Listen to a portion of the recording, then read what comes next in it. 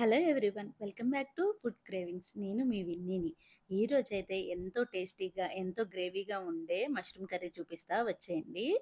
First అయితే ఒక mixie jar తీసుకొని అందులోకి ఒక మీడియం సైజు బాగా పండిన టమాటాలు ఒక 3, ఒక 4, 5 పచ్చిమిర్చి, ఇంకా వెల్లుల్లి కూడా 4, 5 వేసుకొని ఇందులోనే హాఫ్ టేబుల్ స్పూన్ మిరియాలు 2, ఒక ఇలాచి ఇంకా లవంగాలు 2 వేసుకొని పావుగంట నానబెట్టిన జీడిపప్పును కూడా వేసుకోవాలి. ఇందులోనే ఒక 2 లేదా అంతకంటే ఎక్కువ 3 ఎండుమిర్చిని కూడా కట్ చేసి తుంచుకొని వేసుకోవాలి. ఇందులోనే కమ్మగా ఉండే పెరుగును కూడా వేసుకొని మిక్సీ పట్టుకోవాలి. ఇప్పుడైతే కడాయి తీసుకొని దాన్నైతే హీట్ అయిన తర్వాత ఆయిల్ అనేది వేసుకోవాలి. దీంట్లోకి ఒక 2 టేబుల్ స్పూన్ ఆయిల్ అనేది వేసుకొని బాగా హీట్ అవ్వాలి. ఇందులోనే హీట్ అయిన తర్వాత కొంచెం జీడిపప్పునైతే సపరేట్‌గా వేసుకోవాలి. వేసుకొని దోరగా వేయించుకోవాలి. జీడిపప్పు అనేది గోల్డెన్ బ్రౌన్ కలర్ వచ్చేంత వరకు వేయించుకోవాలి. అప్పటి వరకు మీడియం ఫ్లేమ్‌లోనే పెట్టి వేయించుకోండి. బాగా మాడిపోతే టేస్ట్ అస్సలకి బాగోదు. ఇందులోనే మష్రూమ్‌ని కడిగి కట్ చేసి పెట్టుకున్న మష్రూమ్ కూడా వేసి బాగా ఫ్రై అయ్యేలాగా చూసుకోవాలి. మరీ డీప్‌గా ఫ్రై అయితే చేసుకోవద్దు. ఎందుకంటే కూరలో తినేటప్పుడు మరీ గట్టిగా అనిపిస్తుంది. తినడానికి కూడా బాగోదు. ఈ మాదిరిగా వేగితే సరిపోతుంది. ఇలా వేగిన వెంటనే అనేది మనం పక్కకు తీసేసుకొని పెట్టేసుకోవాలి. మిగిలిన ఆయిల్‌లో ఒక ఉల్లిపాయ అనేదైతే కట్ బాగా వేయించుకోవాలి. మనకి ఇక్కడ మెయిన్ వచ్చేసి ఉల్లిపాయ అనేదైతే బాగా గోల్డెన్ బ్రౌన్ కలర్ వచ్చేంత వరకైతే మనం వేయించుకోవాలి. దాంట్లోనే టేస్ట్ అనేది మనకి బాగా తెలుస్తుంది. ఇక్కడైతే మనకి ఆల్మోస్ట్ ఆనియన్స్ అయితే వేగిపోయినాయి కదా! ఇందులోకొచ్చేసి కొంచెం గరం మసాలా, ఇంకా ధనియాల పొడి కొంచెం, ఒక స్పూన్ అనేది లేదా హాఫ్ టేబుల్ స్పూన్ అనేది వేసుకొని, ఇందులోనే 2 స్పూన్లు కారం. మీ దగ్గర కాశ్మీరీ రెడ్ చిల్లీ ఉంటే కూడా వేసుకోండండి. అది ఒక స్పూన్ ఏసుకుంటే సరిపోతుంది.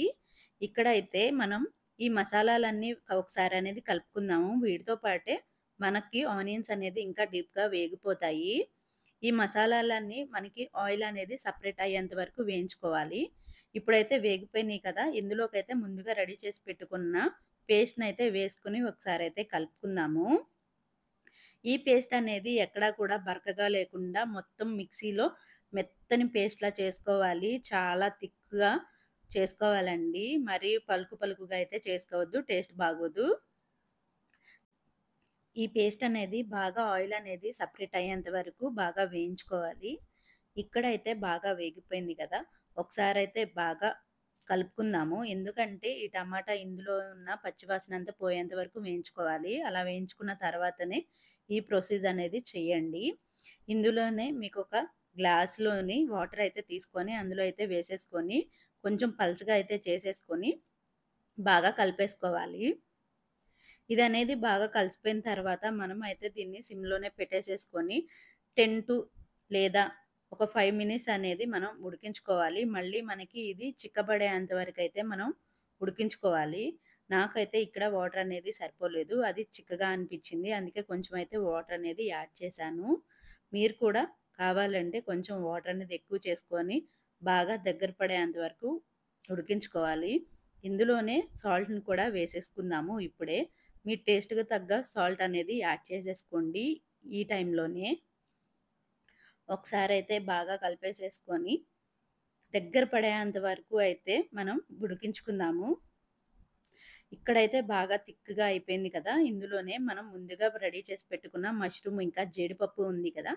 దానినైతే వేసేసుకొని ఒకసారి కలిపేసుకుందాము. ఇలా ఉన్నప్పుడే మనం మష్రూమ్‌ని, జీడిపప్పుని వేస్తే జీడిపప్పు అనేది మనం ఫ్రై చేసాం కాబట్టి కొంచెం గట్టిగా ఉంటుంది.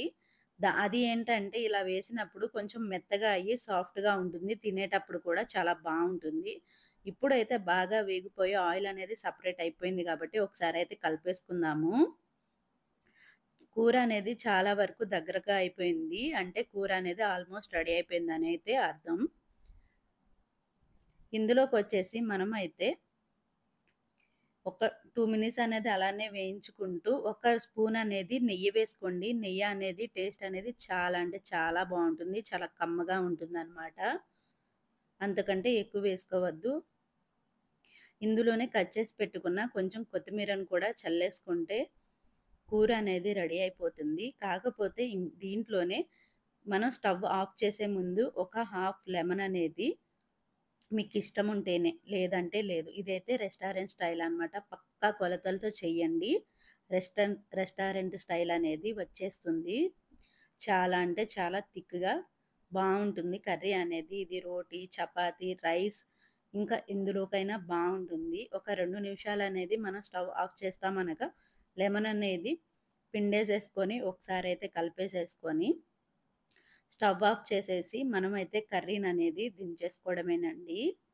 కర్రీ అయితే చాలా టేస్ట్‌గా ఉంటుంది. డెఫినెట్‌లీ ట్రై చేసి మీకెలా వచ్చిందో నాకైతే కామెంట్ చేయండి. టేస్ట్ అనేది సూపర్‌గా అంటే సూపర్‌గా ఉంటుంది. సబ్స్క్రైబ్ చేసుకోండి. బాయ్.